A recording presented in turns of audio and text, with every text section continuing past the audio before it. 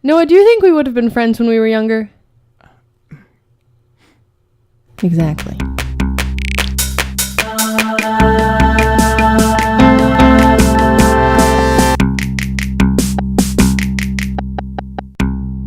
We're back, and we are very glad that you clicked on over. It's Neff and Marv, and today we are talking about our childhood. So we welcome you, if you may continue, to Neff and Marv Follow Their Ghosts.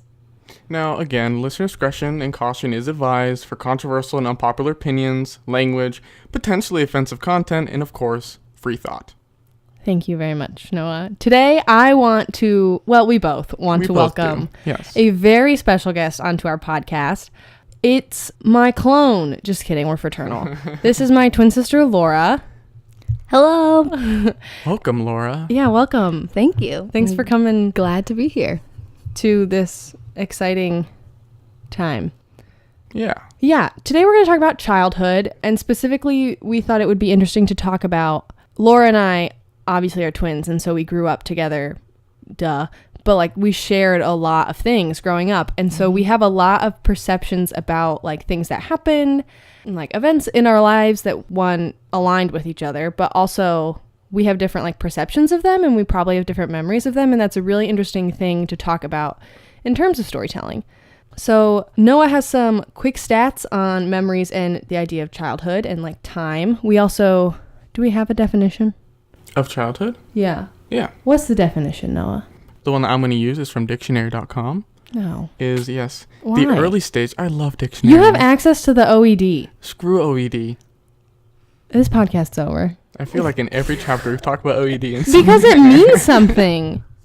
Anyway, the definition of childhood as defined by dictionary.com is the early stage in the existence of something or the state of being a child. The existence of something. Yes, the inevitable something. What are our quick stats? Yeah, quick Quick stats. facts. Well, first of all, one quick stat that's very well known for anyone who's taken a basic psychology course is you really do not remember memories from before 3.5. But from Psychology Today, just talking about siblings in general that I found interesting, was, and I quote, when one sibling or a parent says, that's not the way I remember it, it is not necessarily intended as an oppositional statement, as much as it is an honest recall of how the individual came to a conclusion about the experience and stored it in a way in his or her mind. Truth. And that's what we're going to hit today. Yeah. Talking to these twins. Ew. Yeah, so that's what we wanted to start talking about today. I think first we are going to be talking about what our childhood is like or was like for each of us. Mm-hmm. And then Laura and I are going to be talking about some experiences that we both shared, probably like more closely than people have shared with other people, if that makes sense. And just comparing them about how we can experience the exact same situation and react so differently. Obviously, like it should be noted that Laura and I are different people. They are. Like we have different hobbies. Like we like a lot of the same things. We're very similar people, but we're not like exact copies, I guess. So obviously like based on surroundings and like our own personalities, we're going to perceive things differently and like have different experiences. But big life events that you spend doing together all the time, you think you would have very similar memories of them. You'd assume. Joke's on you. Noah, what were you like as a kid? The worst. Oh. No, I was fine. I was pretty similar to how I am today. I know. You're appalled? No, I just find that interesting. I was a very sensitive child, as I am a sensitive individual still. But in the sense of I cried a lot. I was very much a mama's boy. Oh. I will say, as a student, exact same in the classroom. Recently, my brother Riley found an old progress report of mine from kindergarten, I believe. And it said, like, he knows the answers. He doesn't want to speak up. Okay, that still happens. That's true. That still happens. But generally speaking, growing up to me was, let it be known that nobody in this group came from a broken family. Yeah, that's also a good So we thing can't to speak point on out. the terms of that type of childhood. But we do respect that and acknowledge that. Yeah. But I did come from a family that fought often. And that's something as when you're like a 6-year-old and your parents talk about divorce and you know about it and you have to anticipate it, it definitely changes the way how you view your own childhood, I think.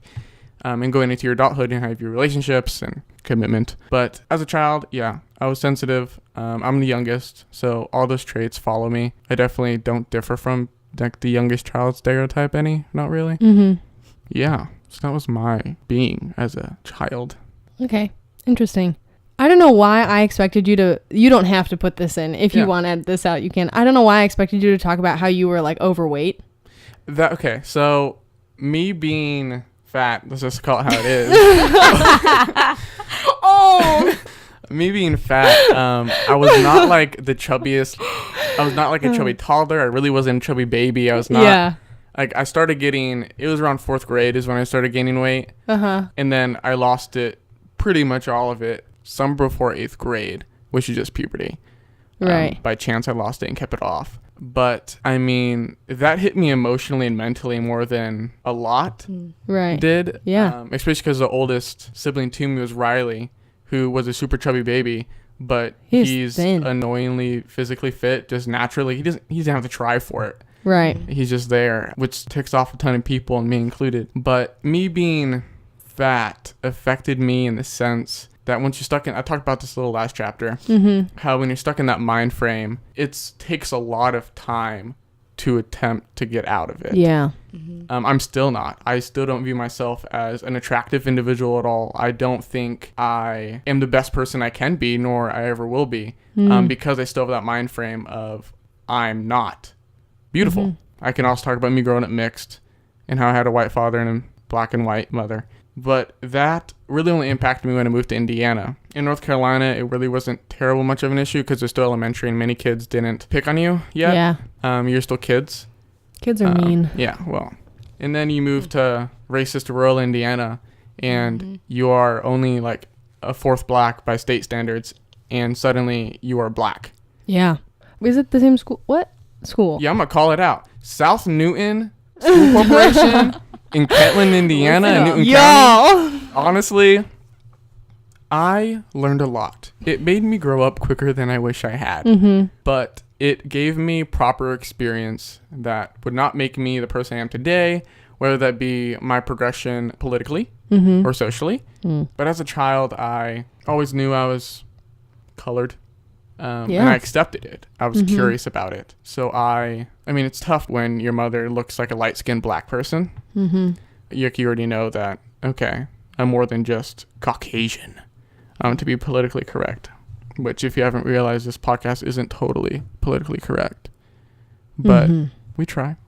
So overall, my childhood is not much different than I am today. Still sensitive, still mixed. Back to being, I would say, what doctors want the average American body to look like. So my childhood was not normal by any means. We're very dysfunctional, but I feel like that is going to be talked about in our very last chapter when it comes to relationships. So I will not touch on that too much yet. I feel like we build up this last episode in pretty much every episode we do. I mean, the last episode, we made the last episode for a reason. Yeah, that's true. I mean, relationships and love, that's a big core episode for any type of storytelling. Yeah, that's true. How can you have a story without some type of relationship? Yeah, it has to be one, whether it's personal, whether it's in the mind with another individual or with Earth. Oh, as well. Yeah, you're gonna have a relationship. Yeah. But I'm curious about the twins. Yeah, Laura, what would you say our childhood was like? Good, bad? I would say good. Me too. I'm glad we agreed on that. One. That's good. Going well already. So Laura and I grew up in a family in like a pretty consistently upper middle class family. Yeah, I would say we're upper middle class for sure. Yeah, absolutely. And our parents are still married, so yeah, we don't really. Yeah, our parents are still married. We have 2 older sisters, so there's a family of 4 girls. Laura and I have lived in the same house our whole life, which is another weird thing. People think it's weird that we've never moved. Correct. Yeah. Laura and I have had the same bedroom. See, I see that more as me being jealous because I moved like 5 times. I always thought moving would be fun, and then I moved to college, and I was like, oh, I hate the act of moving. It takes so much work.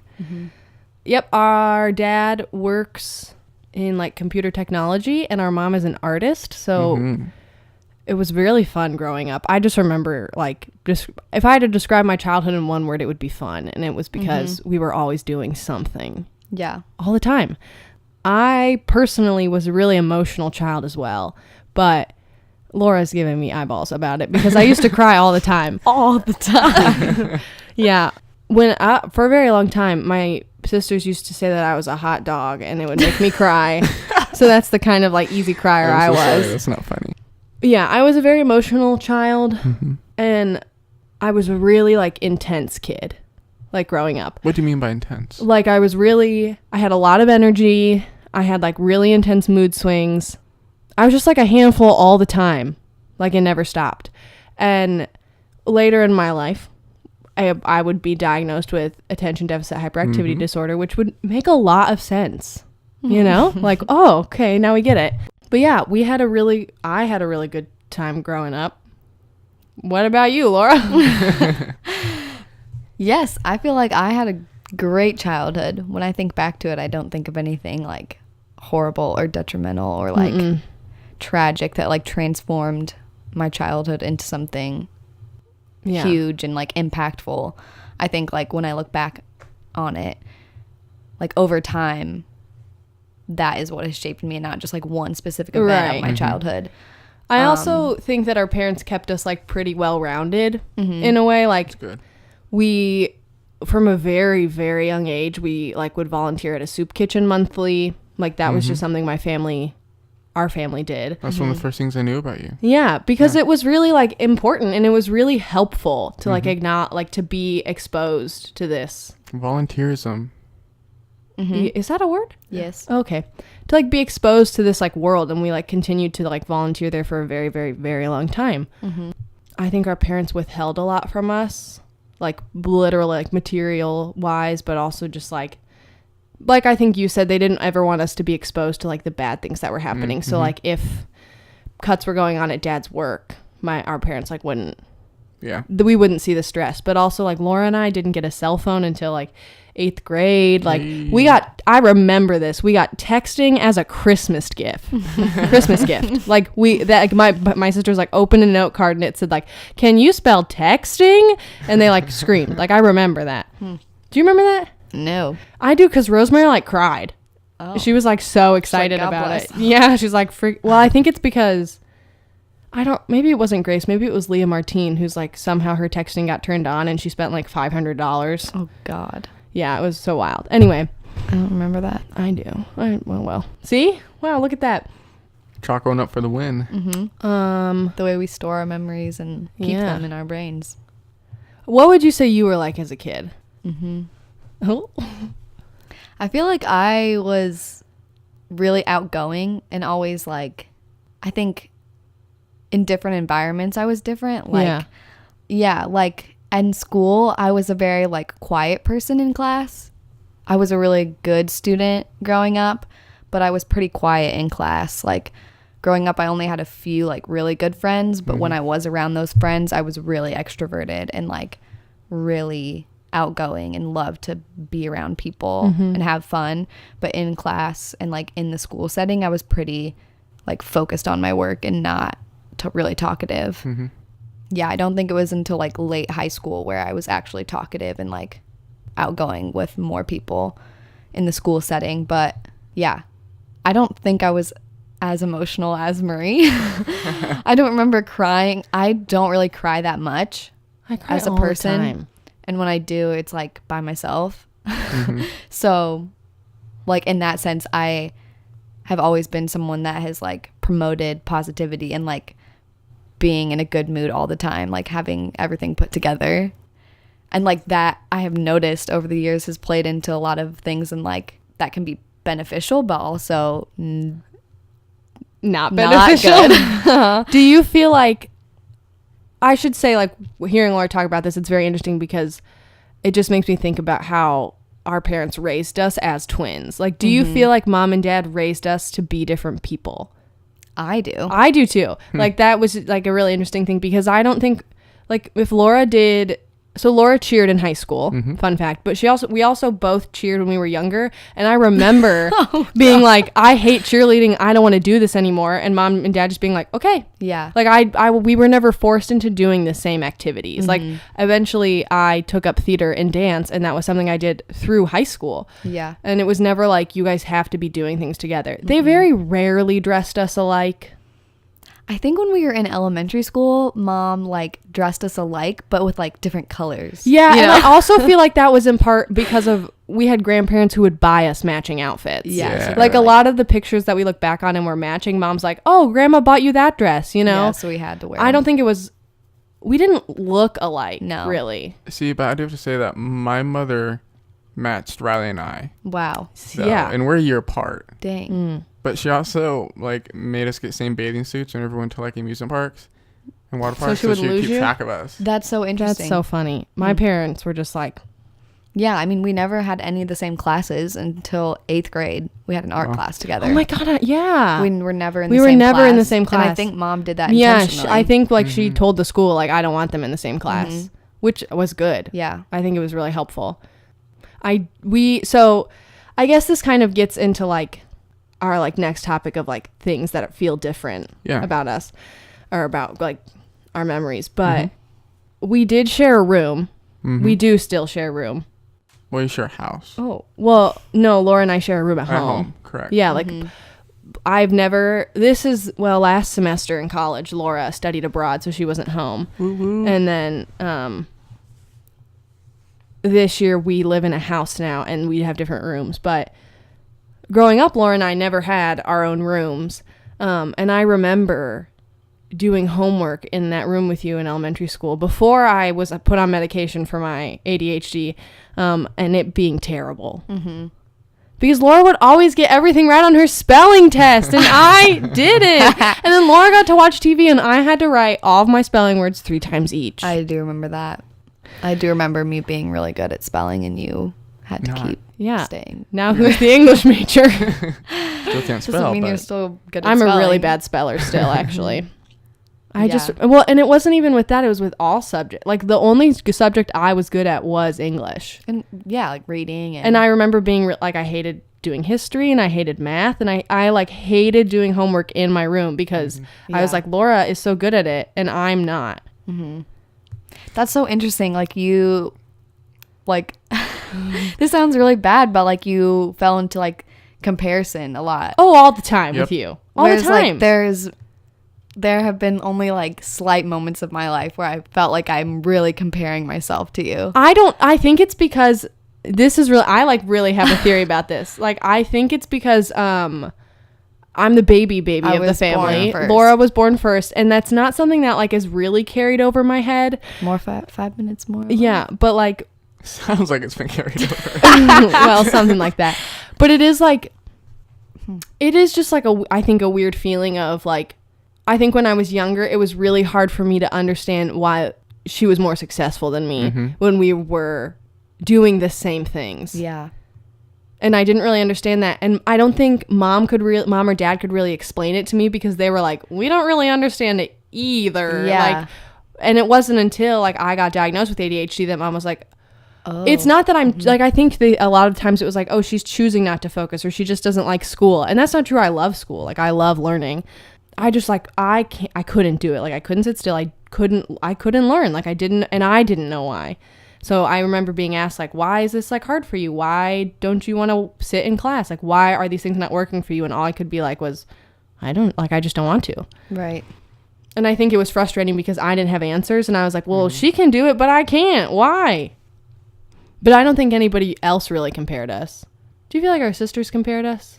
I mean, I'm going to step in and say know. realistically, yeah. Yeah. I mean, I think people like probably family wise. Do you think our family ever compared us? Do you think like they ever put us in a position where it felt like probably, but not like vocally to us? They've never told us. Right. They have, but yeah, I believe that for sure. I think so, probably. I mean, we even do it with our other siblings, like Rosemary and Grace. Like, oh, look where Rosemary's at. Look where Grace is at. That's you know? true. Like, why wasn't Rosemary following in Grace's footsteps? You know, like I do. But do you think they ever like? I guess. Do you think that our family went through life like constantly viewing us as a team? No. Okay. Yeah. I don't think so. I don't think so either. I think they like viewed us as individual people, but because we were going through the same things at the same time, like the same grade, the same same experiences. It was really easy. Like, yeah, that makes sense. I guess I have a question for Laura. Okay. Okay. You very quickly mentioned that only very few times you have compared yourself to Marie. Yeah. Can we know some of those? Yeah. Because I could list like 3 today. Right. I mean, you already mentioned some.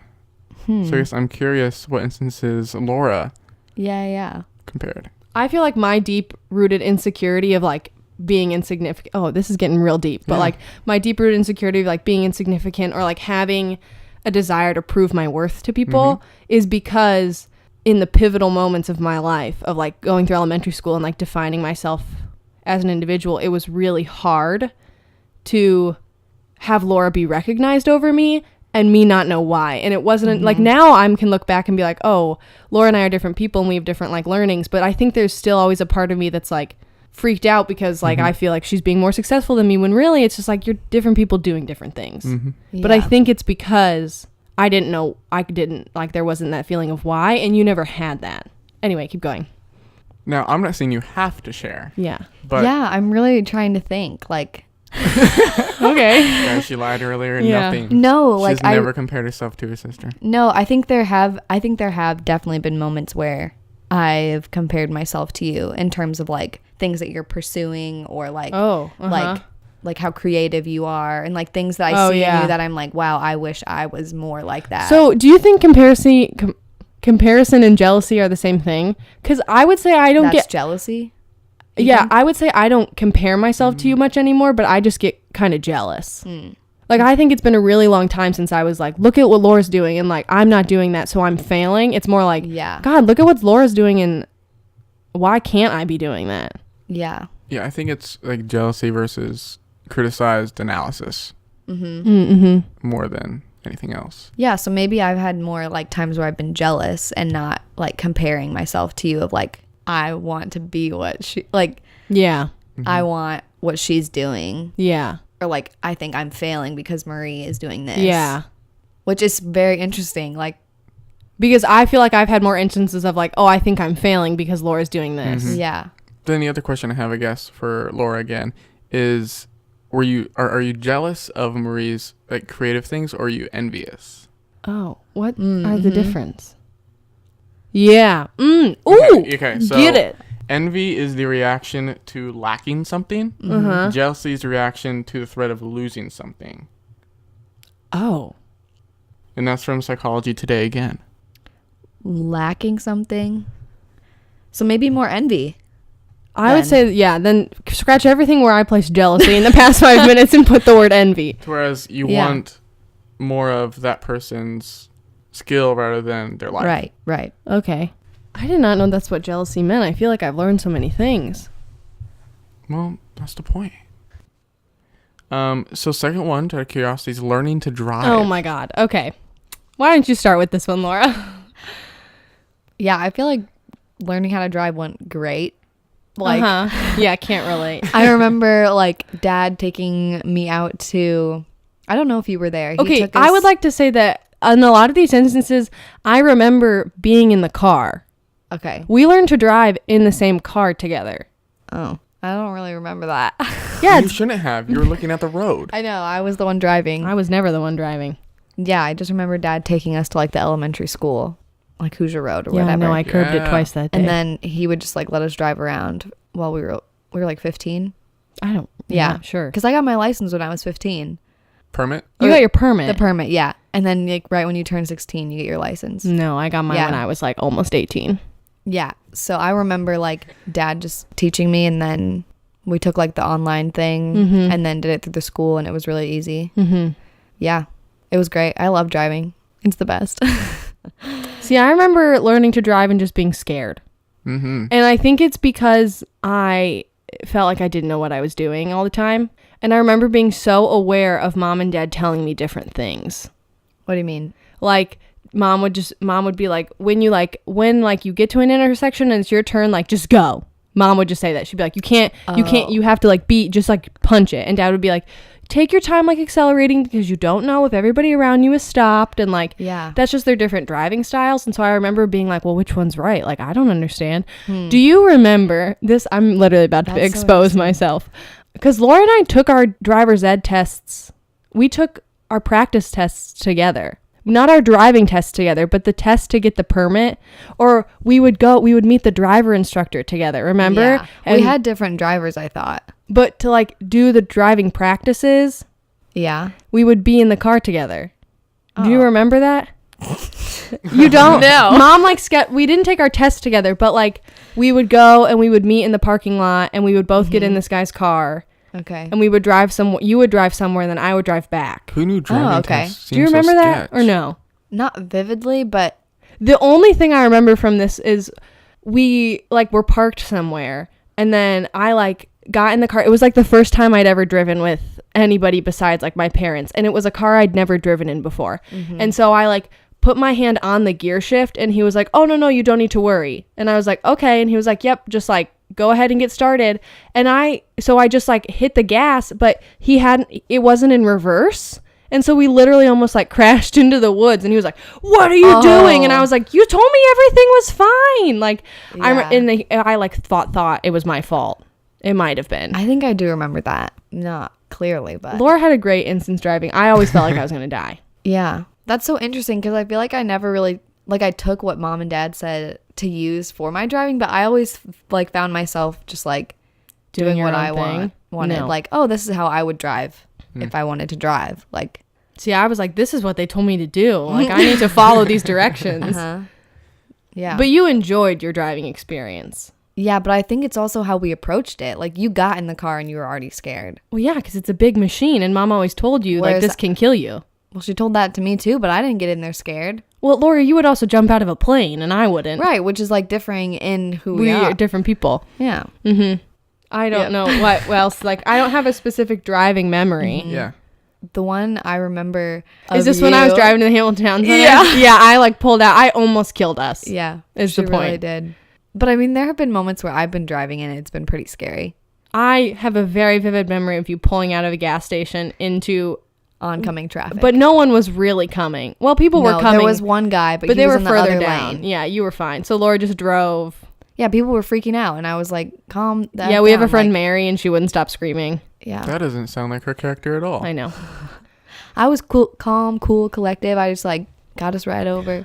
I was like, but I knew what was enjoy doing. driving now. Yeah. I think now Mom thinks that I'm a really scared driver still, and I'm not. yeah. So for instance, we had like a appointment to go get our nails done before my sister's wedding. My oldest sister's getting married, and we were going to go to Broad Ripple, and I guess Mom like thought that I would be scared driving in Broad Ripple. So she like made Grace change where the appointment was going to be. But like I would have been fine driving in Broad Ripple. I drive everywhere now. Also, I've driven down to my boyfriend's house through the city of Indianapolis multiple times. Like I think the only thing that made me nervous for the longest time was driving on the interstate, and now I feel fine with that. Yeah. So I don't Took know. you 3 years to get there. Yeah. Okay. No Right. rush. Hey, it took me longer. You don't even have your license, do you? I do. Oh, It's you a do? car. Yeah. What? Oh yeah. When did you get that? The Fiat. I remember I was 20. you were 20. Okay. Yes. I was. You were 18. 18. Yeah, because my permit almost expired. Yeah. What's up? I let mine expire. I had to renew. Yeah. I feel fine about waiting though. I think also part of it was like I knew that I would have people driving me around.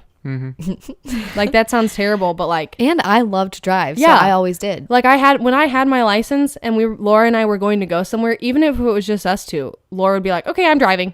Yeah. It's just relaxing. I love like really going fast. Yeah. So I think it's interesting that like our ideas of like driving, and also I remember a lot of instances of us learning to drive and I was very aware of you in the back seat, and I feel like you weren't at all. No, yeah. I definitely didn't care about your life, Marie. Sorry. That's fine. Not at all. So, next topic is college life and or choosing colleges. You can answer either or both. Yeah, this is funny because we ended up going to the same college, but Yeah. we both weren't. Do you feel like Ball State was like a safety option for you? It was definitely my second. Yeah, me too. I think, no offense to Ball State and this wonderful establishment, I think it's a lot of people's safety net. If you talk to anyone here, most of the time it's not anyone's first option. Right. Right. But And if it is, they're like, well, it was just a good place Fit. for me to go because it was Right. cheap or, you know. correct. Yeah. So, college life, choosing colleges. Tell us about how you went about, or how you do go about. So I knew that like I wanted to go to a school for like something creative. I did journalism in high school. Laura and I had very different high school experiences in that sense of like I wasn't a sport person at all. And so I knew I wanted to go to a creative school. I wanted to go to an art school, ideally, or a school that was really, really good for English or for graphic design or for like telecommunications, even though I'm not majoring in that here.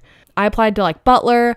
I toured a lot of art schools. Mom and I looked at Heron. My dad was very supportive of me going out to California. And he probably would have sent me if my mom wasn't so freaked out by it, to be honest. He was like, yeah, we'll fly out there on a weekend and look at schools. I looked at SAIC in Chicago.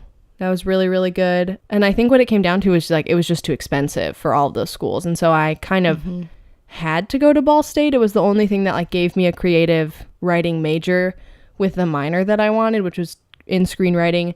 They didn't have a publishing minor, but that was okay. So that's how I decided on Ball State. And I will say though, I think, well, actually you first talk about how you picked schools and then we'll talk about our like Ball State experience so far.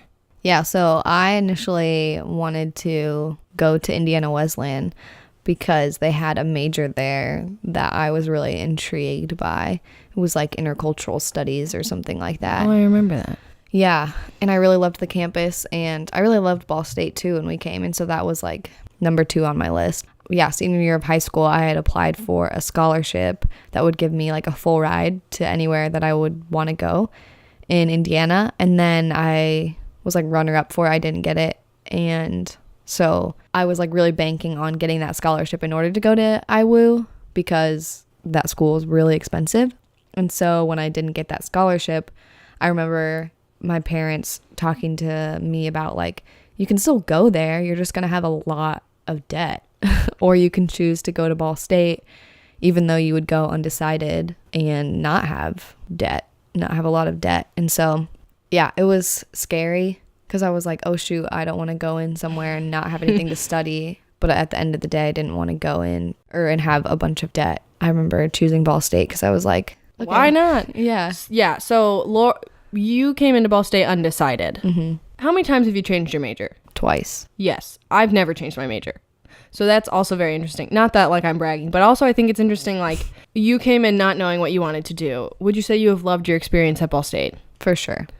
I came in knowing what I wanted to do. And up until second semester of sophomore year, I wanted to transfer. Mm-hmm. Like, it was something that I definitely thought about. I looked at schools. I talked to my sister about it. My oldest sister, Grace, had transferred. I, like, looked at, like, the possibility of applying. I don't really know why I stayed, actually. I think it was because, I know. First semester of my sophomore year? Yes. I had an English professor who was, like, finally something that I, like, really, really loved. His name is Dr. Spanky. Laura wants to laugh really hard, but he's great. I still talk to him. We would meet a lot. He was like, you should reapply to the honors college. But when I did that, it was like, I was too late and I'd have to like take a bunch of extra courses and it just wasn't going to work out. He just kept telling me like, you will be in classes that you love eventually. Like, just wait.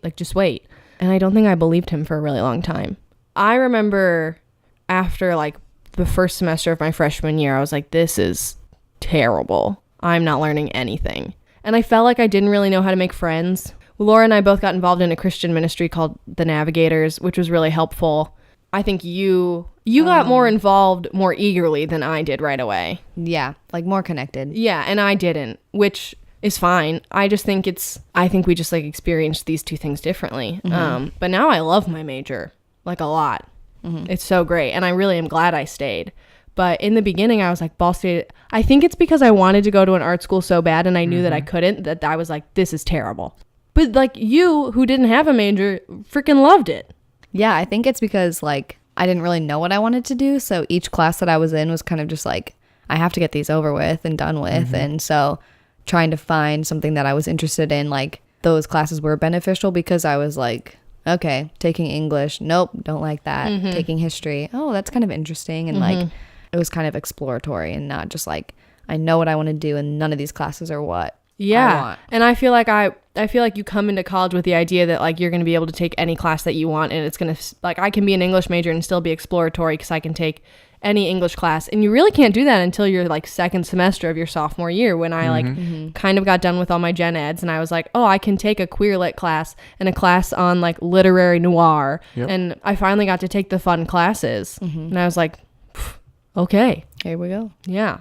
Has your guys' college experiences, both going into and as a current state, how has it changed your story?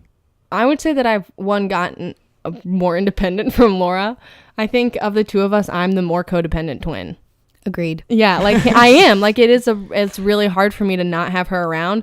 And I think it's because she's extroverted and I'm introverted. And like that sounds like such a shitty thing to blame it on, but like this is gonna make me sound so pathetic. No. But like in most situations that's like new, like coming into college, like I knew Laura was like my only friend. Mm-hmm. Yeah. And so I think college has forced me to become more independent. And like even in school when we would like be in different classes, like most times we had lunches together. Mm-hmm. And if not, then like in high school we had a very core group of friends that I could like eat lunch with, or I would eat lunch with in like the journalism studio. Mm-hmm. Because I feel nervous like meeting new people. I don't know how to do it very well.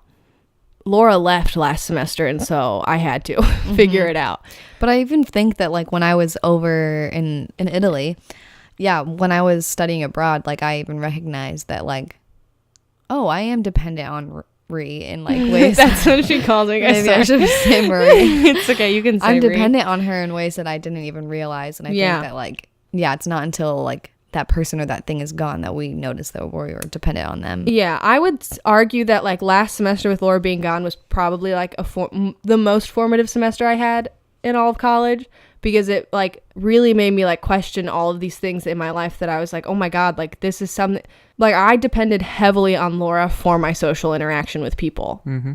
Which partially is my fault, and I think partially is a result of our friends, wherein like they would text Laura things and just assume that she would tell me they were happening, and she wouldn't. And people then, I would be like, why didn't you guys invite me to hang out? And they'd be like, well, we told Laura. It has made me more independent from Laura. I'm still dependent on her a lot for a lot of different things, but I think I have learned how to just be Marie. That's good. Mm-hmm. Which is something I think about a lot. Do you ever think about like, what if we went to different universities? Yeah. I feel like I'd be a very different person. A lot of things would be different. Would you have wanted a different roommate? No. I don't think so You don't either. want that answer. It was so easy to just like, I know how to do homework with Laura around. Yeah. Like it was so easy to communicate and tell her when like I didn't like things. Mm-hmm. I could have done it, but I didn't want to. I know. My last, like when Laura was abroad, I didn't have to. Mm-hmm. How has the school changed you? Yeah, I would say that college has taught me a lot about like freedom and like finding myself too, like in a different way than I had in the past. Yeah, I think what I was talking about in childhood, when I would just focus on school and not on people very much and be like really quiet, and like, yeah, school was a priority. Like school is still a priority to me and it's important, but I think I found a lot of freedom in just being like who I am, and doesn't have to be attached to that. And like my worth doesn't have to be attached to how successful I am in school. And so I think too, Can't relate. It's really it is also correlated to like my faith as well, which is a whole nother like conversation, but it is something that has like changed me a lot, and I've been able to pursue and explore in college. I would agree. I feel like I am not as like insecure as I used to be. Like I think like I compare myself to you a lot less, but I also compare myself to people a lot less. And like I joked earlier that I like put my worth in my work, but I don't think I do that anymore. I think I did it a lot in high school, like For sure. all the time. Yeah. And I like would feel like a failure if I got anything lower than a B. Yep. And now I don't feel that way. Yep. Sometimes you just don't do the work. And that's okay. Do you feel like how has college changed the story of us as a team?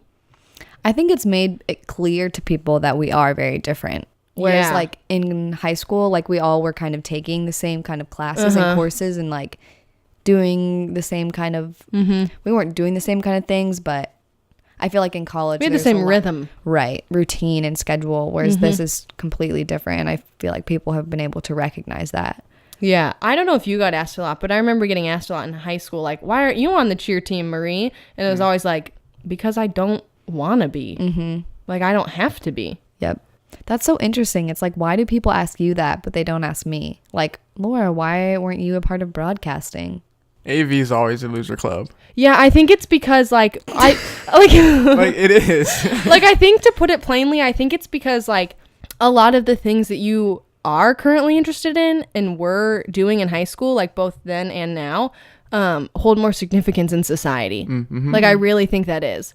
And Valid. like the arts and stuff, like people, like I love writing, and like I wouldn't put it past people to ask me like, oh, I would have people ask me why I'm not as involved in NAMS. And it's like, well, it's just not like what I feel like I should be doing. It's not my strong suit to be doing that, you know? Right. Or like, I don't want to be a cheerleader because it's not what I feel like I want to be doing. Yeah. Like no one's ever asked you like, Laura, why don't you write stories? Or Laura, why don't you like to draw? Yeah.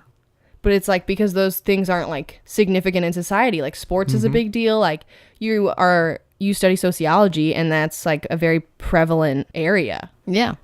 Well, you feel like it's not, but like the idea of like social ethics is pretty big, especially right now in today's political climate. Like, let's not lie about that. Yeah. Valid. It's because I've always been on the loser board. But I think that's interesting because our stories kind of have a similar outcome of like we've been able to both find ourselves and feel independent, and like, you know, it looks different, but I think it's because, I don't know if this is for you, but I think for me, a big part of it was like when I came to college, like the English department didn't know me as a twin. yes.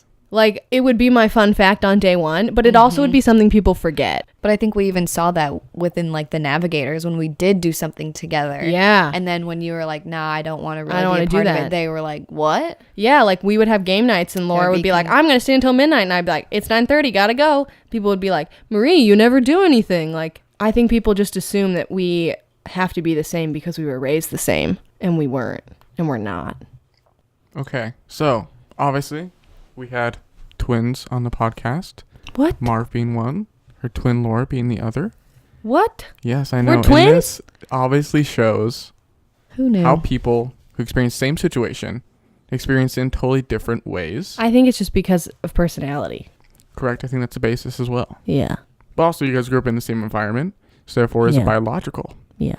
But that seems like a different podcast. Yeah. So we do create and produce a story unique to us. It's our own personal method of memory. Mm-hmm. And in turn, that's our form of storytelling. Yeah, and I think it's really reassuring to know that like you can have stories that like heavily overlap, but it doesn't make anybody's story less valid than the other. Like my experiences as like a kid aren't less real or less valid because Laura had very similar ones. Like my fear of driving isn't less valid because Laura couldn't remember me being in the car. Correct. You know? But like it's true. Like it's Yeah. both of them are still like who we are as people. Yep. And that's really cool. It is really cool. It is. With that being said, With that being said, Noah, Marie. what's the song of the day?